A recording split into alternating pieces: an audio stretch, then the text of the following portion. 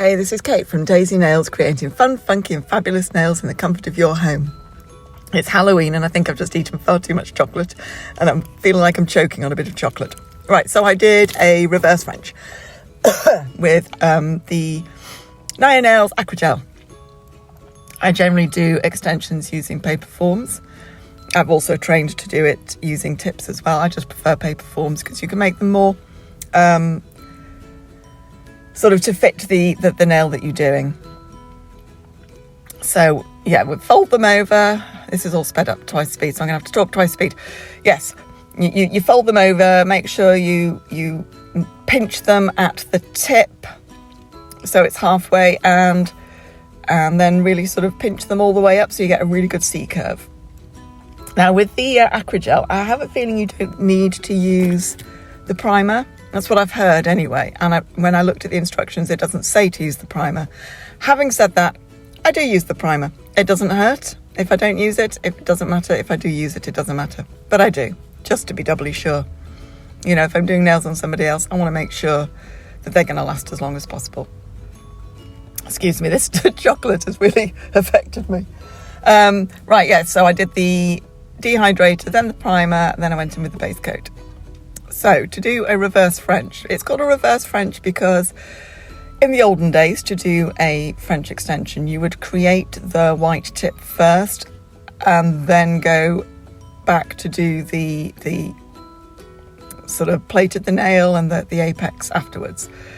And somebody at some point a few years ago went, hang about, if we do this the other way around, it's going to be a heck of a lot easier.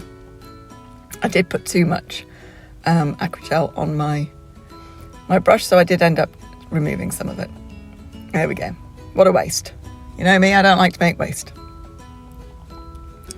So make sure using that brush, you're twisting the brush around to make sure you get as close to the cuticle and the free edges as possible without the product actually touching. We do not want to be giving ourselves, or if you're a professional, our clients, contact dermatitis.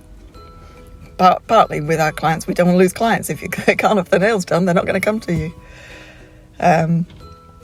Yeah, so I'm shaping that to create the smile line.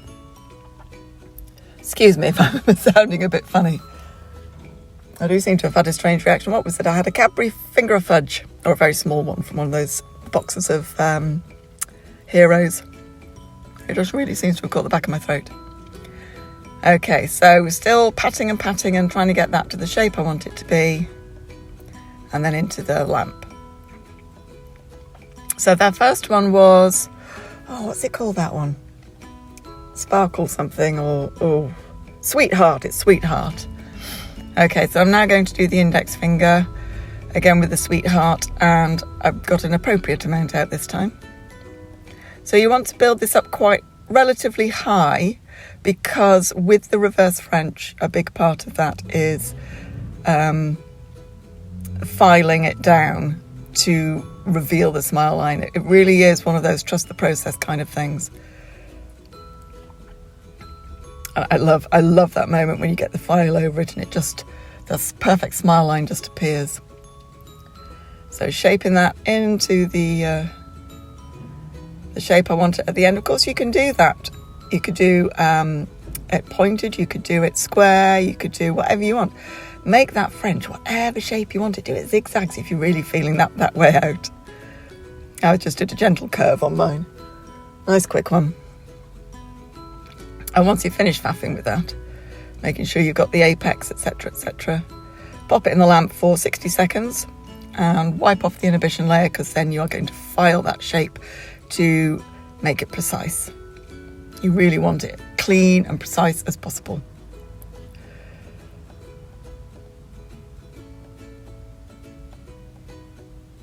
So I always go mad on Halloween for the kids in my street.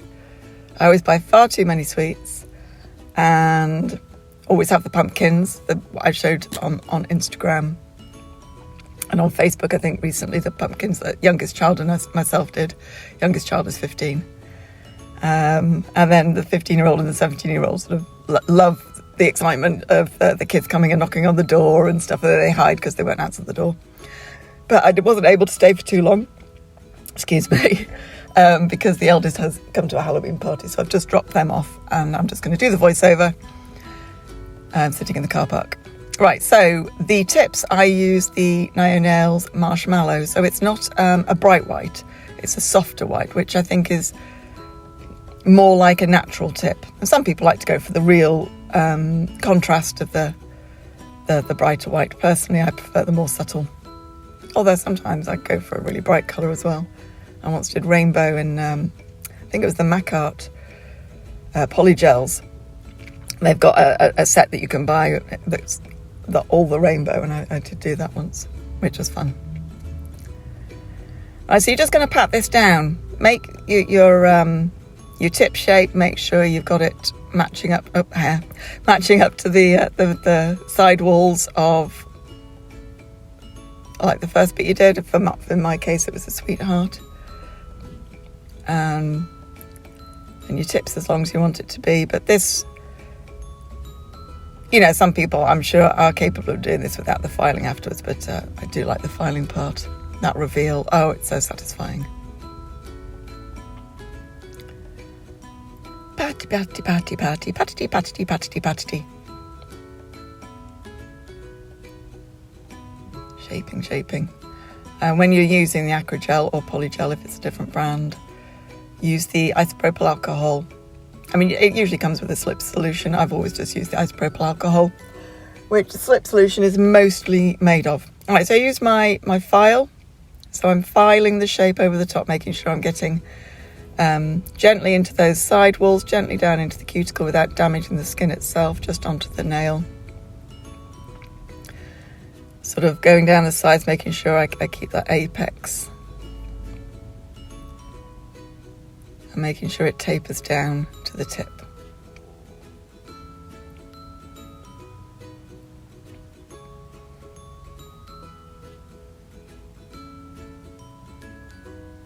Usually more filing is required with the reverse French than with just a normal extension, just because you've used the two different ones and you can't always quite get the exact shape. So for instance, I did an appointment last night with some extensions and I needed to file it down a little bit, but not much. Right, so once you're happy with that, you can kind of see that French there now before I've even sort of cleaned it off. So get your hand file, because you want to make sure your side walls are straight all the way from where your cuticle joins the sidewall all the way to the tip. You want that to be a straight line, you don't want it to be wonky. And then you want to go underneath as well. Make sure that the free edge isn't sort of drooping down. File that up so it's again in a straight line with the sidewall. And then just down the sides of that extension, make sure you don't have any of those muffin tops.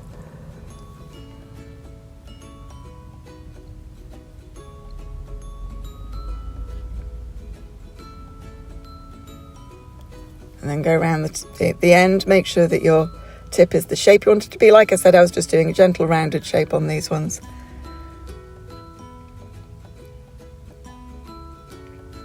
Quick once over the whole of it, just to double check, just double feeling underneath, making sure it's smooth underneath. I'll show you in a minute what I do underneath just to finish off the smoothness.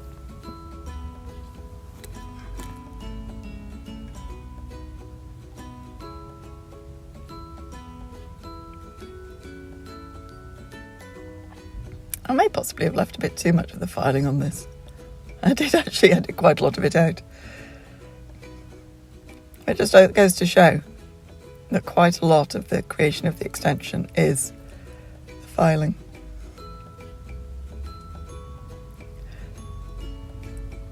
Super speeded it up for this bit. And then the last bit, I get the E-file out again and I put on just a small little, I think I'm just going around the edges there. But I get just a small little drill bit just to go on the underside of the free edge, just to make sure there's no sort of sticky out bits there.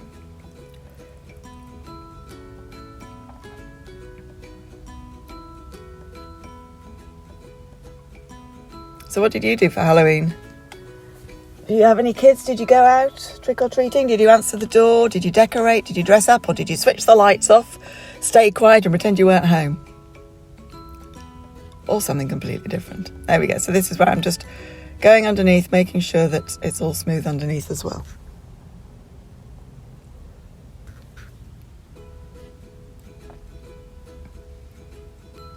And a quick buff just to smooth it out.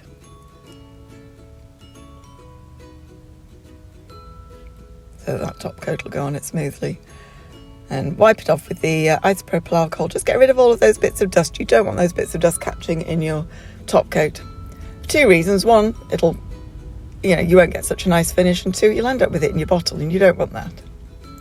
So top coat, float it on, cap the free edge. You're capping the free edge so that top coat doesn't start peeling off. Doesn't it look good? Into the lamp, 30 seconds, and then finally pop on some cuticle oil. And that's the finished product. I love the subtle sparkle in that, what was it called? Sweetheart, wasn't it? Anyway, thank you for watching. Take care. Don't forget to like and subscribe, and I'll see you another time. Bye.